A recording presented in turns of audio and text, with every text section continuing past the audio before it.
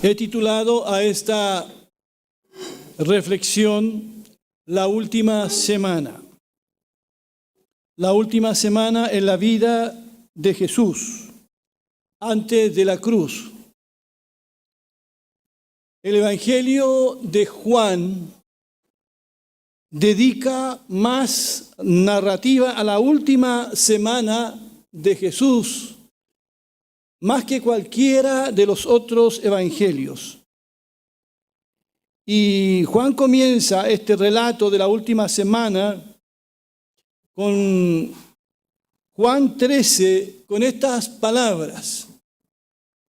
Dice: antes de la fiesta de la Pascua, sabiendo Jesús que había llegado su hora para pasar de este mundo al Padre, como había amado a los suyos que estaban en el mundo, los amó hasta el fin. Esta declaración de que Jesús ama a los suyos hasta el fin precede al relato que Juan hará de la traición de la cual Cristo es objeto, el juicio que enfrenta y después la crucifixión. Al ir a la cruz, Jesús no retuvo nada para sí mismo. Él lo entrega absolutamente todo, hasta el último aliento, hasta la última gota de su sangre. El amor de Cristo mencionado aquí en Juan es un amor sacrificial, como veremos esta noche. Porque Jesús fue traicionado, pero siguió amando igual, amando hasta el fin. Fue negado, pero siguió amando. Nosotros amamos hasta que nos traicionan. Jesús continuó hasta la cruz a pesar de la traición y la negación. Nosotros amamos hasta cierto límite, pero Juan dice aquí que Él amó hasta el final. El Señor Jesús sabe que está llegando al final de su vida aquí en la tierra. Está entrando, y Él lo sabe, a ese valle de sombra y de muerte, como dice el Salmo 23. Ese mismo Salmo dice que cuando tú y yo, los cristianos, pasamos por ese valle de sombra y de muerte, ¿qué dice? Que el Señor estará con nosotros. Pero cuando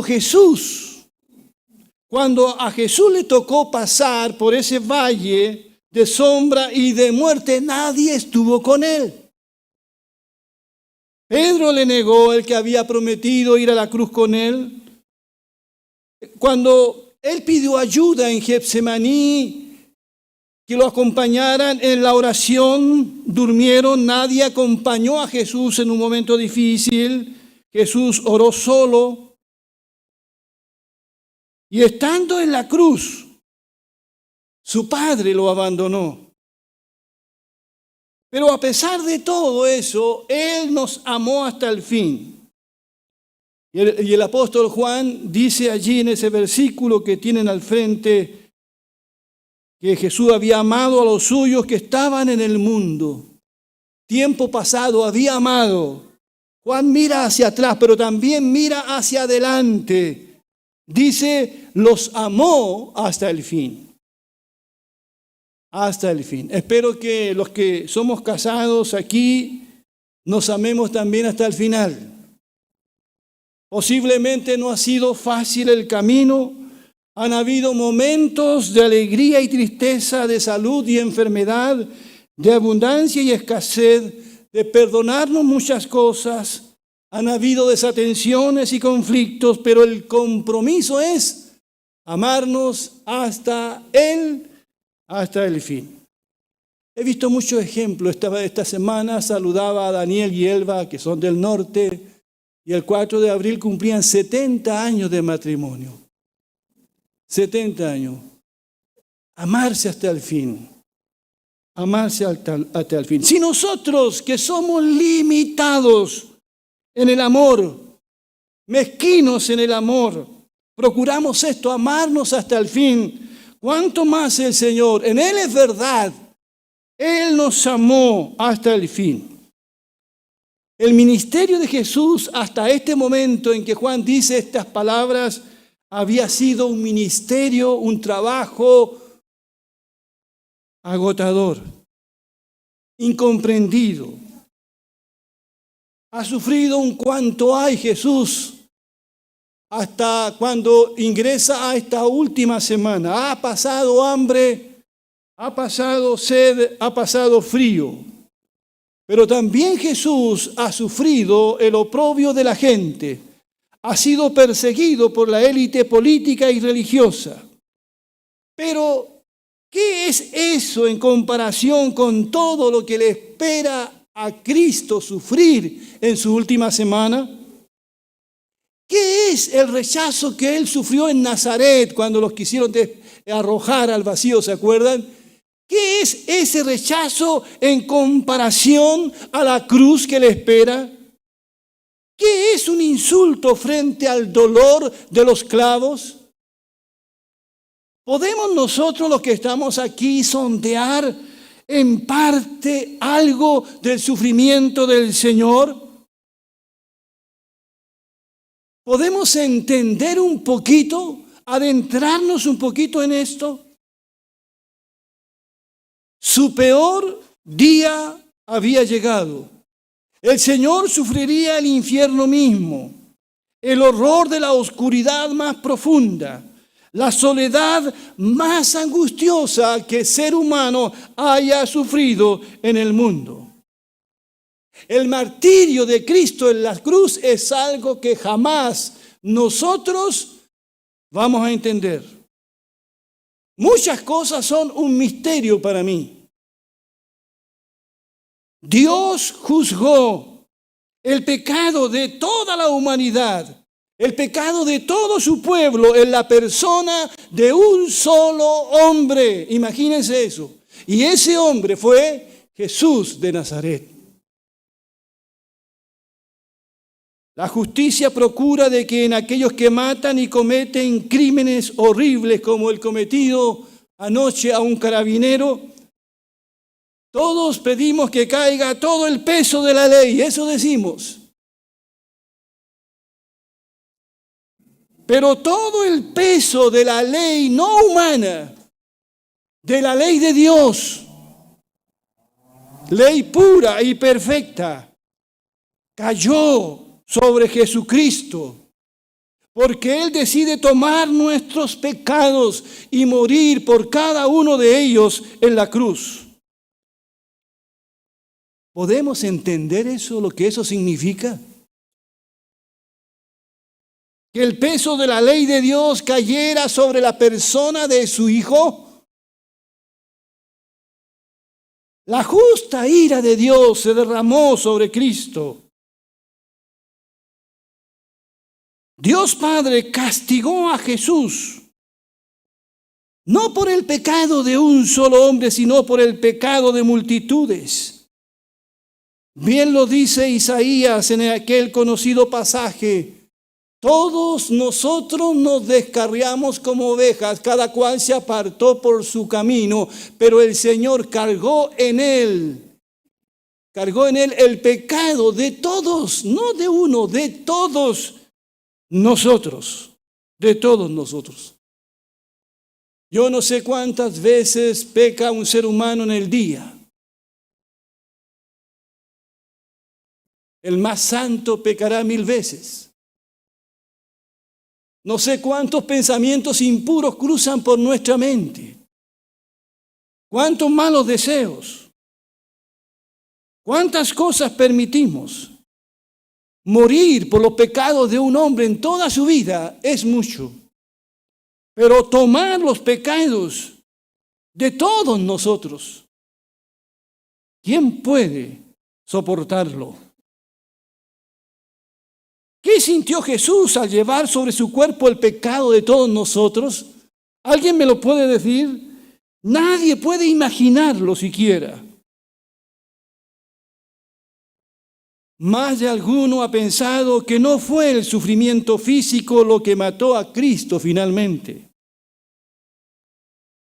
La tortura de los clavos es escalofriante.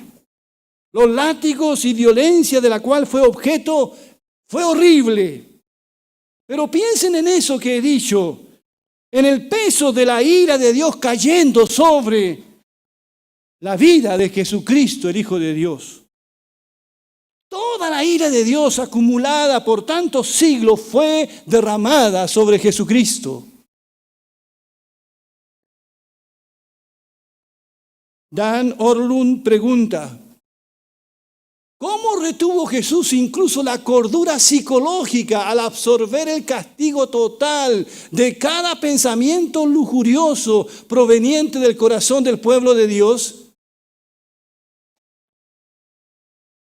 Y Benjamin Warfield, director del seminario de Princeton a comienzos del siglo XX, escribió, en presencia de esta angustia mental, las torturas físicas de la crucifixión pasan a un segundo plano y bien podemos creer que nuestro Señor, aunque murió en la cruz, no murió por la cruz, sino por un corazón roto.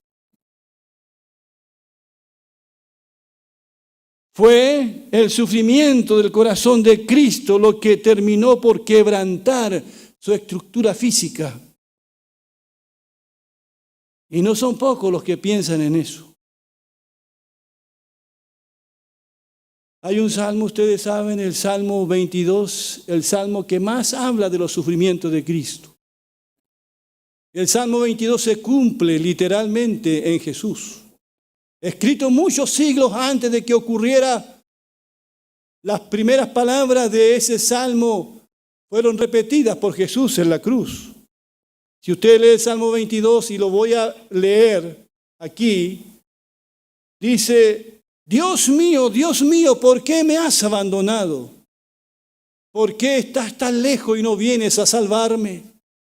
¿Por qué no atiendes a mi clamor? Dios mío, te llamo de día y no me respondes. Te llamo de noche y no hallo reposo. Pero yo soy más gusano que hombre, un ser despreciable del que todos se burlan. Los que me ven se burlan de mí, me hacen muecas, sacuden la cabeza y dicen, este puso su confianza en el Señor, pues que el Señor lo salve. Que venga el Señor a librarlo, ya que en él se complacía. Y más adelante en el verso 11 dice, no te apartes de mí, que me cerca la angustia y nadie viene en mi ayuda. Mucha gente poderosa me rodea, son fuertes como toros de Basán, como leones feroces y rugientes, abren sus fauces dispuestos a atacarme. Me voy diluyendo como el agua, tengo todos los huesos dislocados, el corazón dentro del pecho se me derrite como la cera. Tengo seca, muy seca la garganta, la lengua se me pega al paladar. Me has lanzado al polvo de la muerte. Me ha cercado una banda de malvados. Me tienen rodeado como un perro. Han taladrado mis manos y mis pies. Puedo contarme todos los huesos. Mientras ellos se regodean al verme, echan a la suerte mis vestidos y se los reparten por sorteo. Pero tú, Señor, no te alejes. Tú eres mi fuerza, ven pronto en mi ayuda. Rescata de la espada y de esos perros la única vida que tengo. Sálvame de la fauce de esos leones. Líbrame de los cuernos de esos búfalos.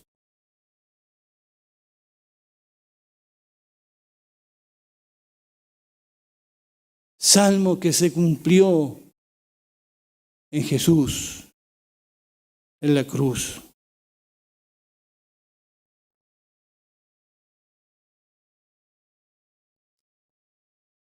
Las primeras palabras de este salmo fueron repetidas por Jesús en la cruz. Y muchas cosas que allí se dice se cumplieron en Jesús. Este salmo fue originalmente escrito en hebreo, pero Jesús repitió el primer verso en arameo porque hizo suya las palabras de este salmo. Y las palabras de este salmo se cumplen en Jesús en la última semana de su vida. Ahora lo que dice el verso 19 al 21 es una oración no respondida. Cuando el Señor clama, Señor, no te alejes. Tú eres mi fuerza, ven pronto en mi ayuda.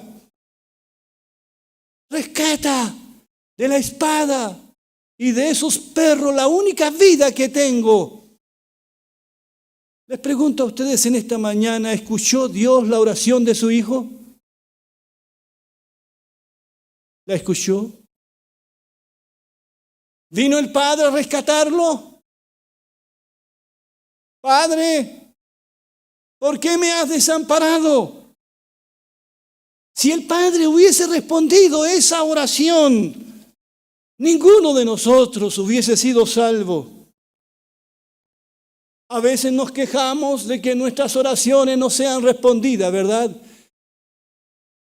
Jesús oró al Padre y su oración no fue respondida, porque era el propósito de Dios que Él muriera en la cruz por nuestros pecados y Él mismo puso su vida voluntariamente. Así que cuando pienses que Dios no escucha una oración, piensa que ni siquiera escuchó a su Hijo. Cuando está en Getsemaní, Padre, si es posible, aparta de mí esta copa, pero no se haga como yo quiero, sino como tú quieres. El deseo de Cristo como hombre era, aparta de mí esta copa.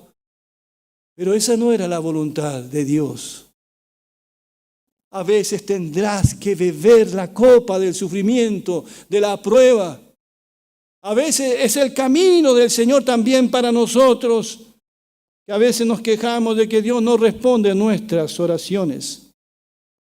Por eso si sientes que tu oración no respondida, Cristo solidariza contigo. Él solidariza con todos los que sufren de verdad. Él lo sabe. Él sabe cómo se siente ser rechazado, ser traicionado, ser perseguido, ser abandonado.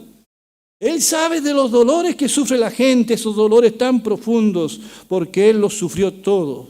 Por eso si estás sufriendo, alguien aquí en esta noche ha llegado con algo que aprieta su corazón, o alguien que nos está escuchando también a través de las redes sociales, algo que te duele mucho en tu alma, en esta noche recibe el consuelo del Señor. Recíbelo. El consuelo del Señor si estás sufriendo una enfermedad dolorosa. Dios conoce y sabe de lágrimas. El Dios que te ofrece consuelo es el Dios que entregó a su Hijo a la cruz. Es el Dios que entregó a su Hijo a la burla de sus enemigos. El consuelo del Señor es consuelo de verdad, no como el nuestro, cuando no hemos pasado por el sufrimiento de las personas a quienes queremos consolar. El consuelo del Señor es real, es verdadero, porque Él sabe y conoce cómo se siente eso. Pienso en Pamela, que tiene que lidiar con una enfermedad. El Señor sabe cómo se siente eso. Pienso en Miriam, que está en tratamiento por un cáncer de mama, sometida a quimioterapia. Dios sabe cómo se siente eso. Pienso en Cristian, que perdió a su hija el año pasado. Dios sabe cómo se siente eso. Y el que está en posición de consolar no es aquel que no ha tenido sufrimiento en su vida. Por eso Job le dijo a aquellos que vinieron a consolarle: consoladores molestos son ustedes. A veces nosotros nos atrevemos a dar palabras de consuelo a una persona sin entender su sufrimiento. Sin entenderlo. El que está en posición de consolar y ayudar a alguien es aquel que ha pasado, que ha sufrido, que ha sentido la gracia de Dios en su vida. Por eso Pablo dice que somos consolados por la consolación del Señor y estamos en posición de consolar cuando hemos pasado por esa consolación. Por eso se dice que fue la desolación, el abandono, lo que finalmente llevó a Cristo a la muerte. Cuando estaba en Getsemaní, sudó sangre al pensar en el abandono de Dios. ¿Cómo habrá sido entonces experimentar ese abandono de una forma palpable, real, en la cruz? ¿Quién pudo soportarlo? ¿Cómo pudo soportarlo? Piensen en eso. El Hijo de Dios había estado en comunión con el Padre desde siempre, en una comunión eterna. Ningún pecado había separado al Padre, al Hijo y al Espíritu Santo. Pero cuando Jesús asume en la cruz todos nuestros pecados, cuando se hace uno con nosotros, cuando se pone del lado de nosotros, cuando muere en nuestro lugar como el Cordero de Dios que quita el pecado del mundo, el Padre eterno, ¿qué fue lo que hizo? Miró para otro lado. Miró para otro lado. Derramó su ira sobre su Hijo eterno y la justicia de Dios fue vindicada. Las consecuencias de nuestras transgresiones fueron sobre el Hijo de Dios. Quiero leer y recordar nuevamente ese pasaje de Isaías. La gente lo despreció, dice Isaías, y hasta sus amigos lo abandonaron. Era un hombre lleno de dolores y conocedor del sufrimiento. Y como alguien a quien otros evitan, lo despreciamos y no pensamos que fuera alguien importante. Verdaderamente Él soportó todos nuestros sufrimientos y cargó con nuestros dolores.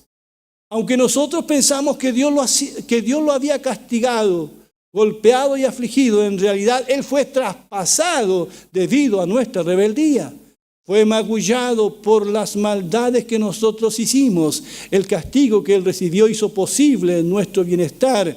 Sus heridas nos hicieron sanar a nosotros. Todos nosotros nos habíamos perdido como ovejas. Cada uno agarró su propio camino, pero el Señor cargó en él todo el castigo que nosotros merecíamos, dice Isaías. Lo trataron cruelmente y lo torturaron, pero él se mantuvo humilde y no protestó. Permaneció en silencio, como cuando llevan a un cordero al matadero o como cuando una oveja guarda silencio ante los que lo trasquilan. Después de que lo arrestaron y condenaron, se lo llevaron. ¿Y a quién le importó lo que le iba a pasar? Porque a él lo quitaron del mundo de los vivos, lo mataron por los pecados de su pueblo, lo enterraron al lado de criminales y en una tumba de ricos, aunque él nunca fue violento ni engañó a nadie. Pero el Señor se agradó de su humilde siervo, quien tanto sufrió. Después de ser ofrecido como sacrificio por el pecado, Él verá a sus descendientes, alargará su existencia y la voluntad del Señor prosperará a través de Él.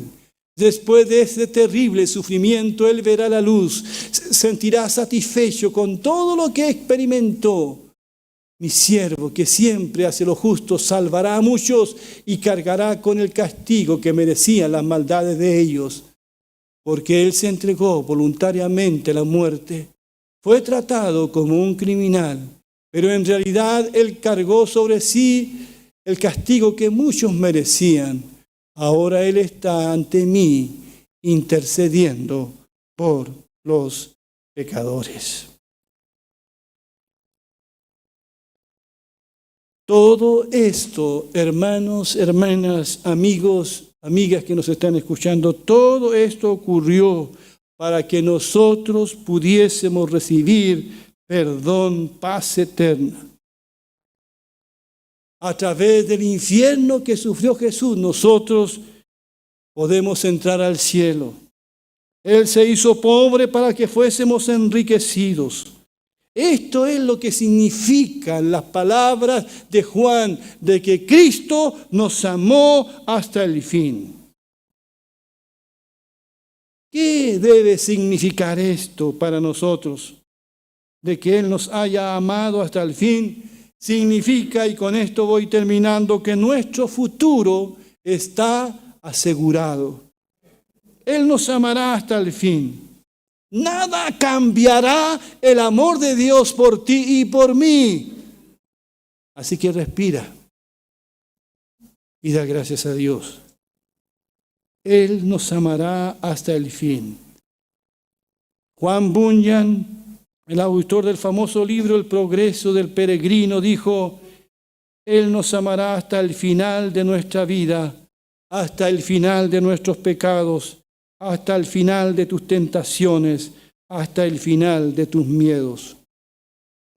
Su amor es un amor sacrificial, es pura gracia, es eterno, hasta el fin. Él nos ama hasta las últimas consecuencias, hasta la muerte, y no cualquier muerte, hasta la muerte de cruz. Hermanos, hermanas, iglesia amada, amigos que nos están escuchando, esta misericordia del Señor, este amor, esta compasión de Cristo nos debe a nosotros mover al compromiso, nos debe mover a la consagración al Señor. Todas las cosas que nosotros hagamos por el reino de Dios, hemos de hacerlas movidos por esta compasión que Cristo tuvo con nosotros. Y bien lo dice Pablo allí en Romanos capítulo 2, verso 1. Póneme la imagen, por favor. Por eso, hermanos, puesto que Dios nos ha mostrado tanta misericordia, les ruego que entreguen todo su ser como sacrificio vivo a Dios. Esa ofrenda que es su vida debe estar dedicada solamente a Dios para poder agradarle. Esta clase de adoración es la que realmente tiene sentido. Pablo llega a esta conclusión. Por lo tanto, hermanos, en vista de que Él ha tenido tanta misericordia, en vista de que Él nos amó hasta el fin, ¿qué tienen que hacer ustedes en respuesta? Entreguen ahora, dice, todo su ser, todo su cuerpo, dice otra versión, en sacrificio vivo al Señor. Ofrézcanse al Señor, como en el Antiguo Testamento traían animales y palomas para ofrecer en sacrificio. Ahora no, ahora ofrézcanse ustedes mismos al Señor, movidos por esa misericordia que Dios ha tenido con cada uno de ustedes.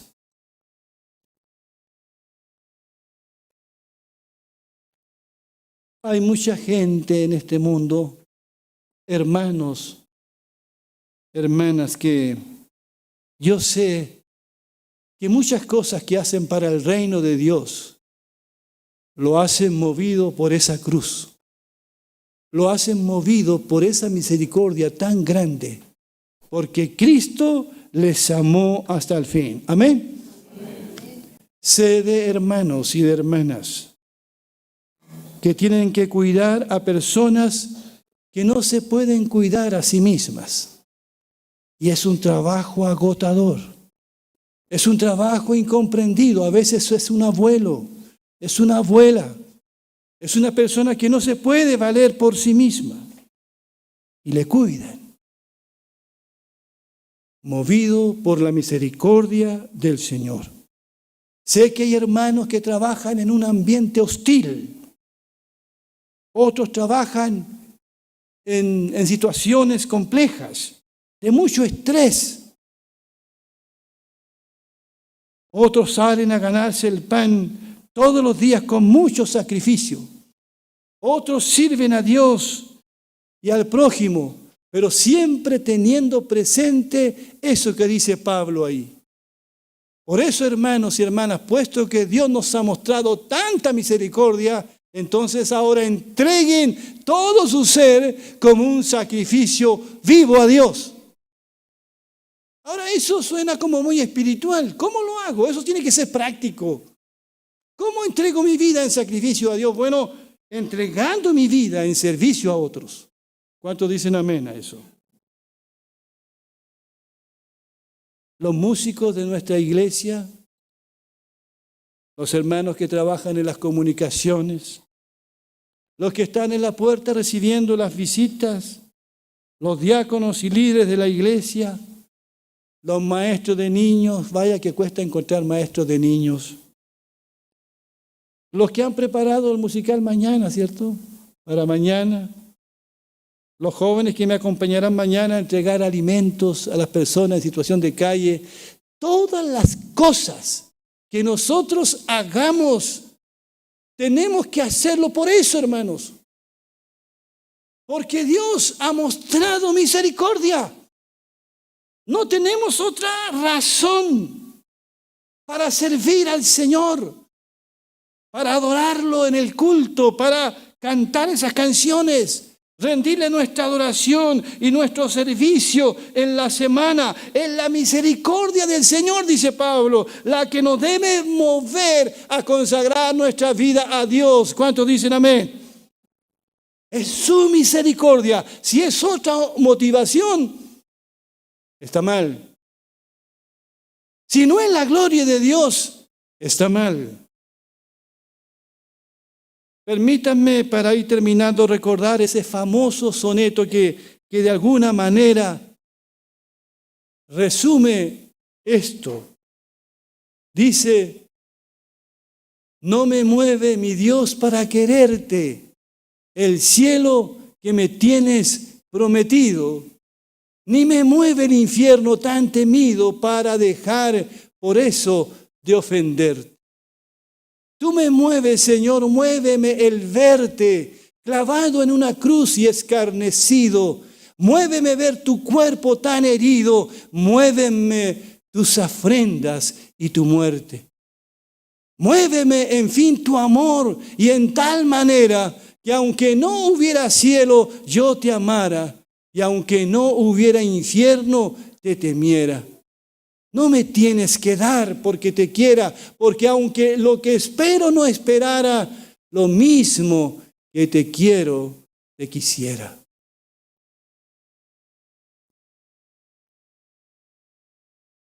¿Quién habrá escrito esto? Unos dicen que fue una persona, otros otro. Teresa de Jesús, no sé. Pero lo que allí está escrito en ese soneto es algo que me hace pensar. ¿Qué me mueve a mí? ¿Qué te mueve a ti? Hay mucha gente que trabaja para Dios, por el cielo. Otros porque no quieren ir al infierno, por miedo. No debe ser así. ¿Qué es lo que nos debe mover? Lo que nos debe mover es que Cristo haya dado su vida por nosotros en la cruz. Lo que nos debe mover es la compasión. ¿Qué nos mueve a nosotros? Hemos meditado un poquito, hemos escarbado tan por encima en el sufrimiento del Señor. No lo ignoremos, no pasemos de largo como el buen samaritano. No, detengámonos, hermanos y hermanas. A eso hemos venido, a pensar en la pasión de Cristo, en su dolor más profundo, el dolor del alma, el dolor de la desolación que vivió. Su corazón se partió, el Padre lo abandonó. Asumió todos mis pecados y tus pecados, y con eso nos compró y con eso nos ganó. Se ganó nuestro corazón. Se ganó nuestro corazón. Que Dios bendiga su palabra. Vamos a ponernos de pie, por favor.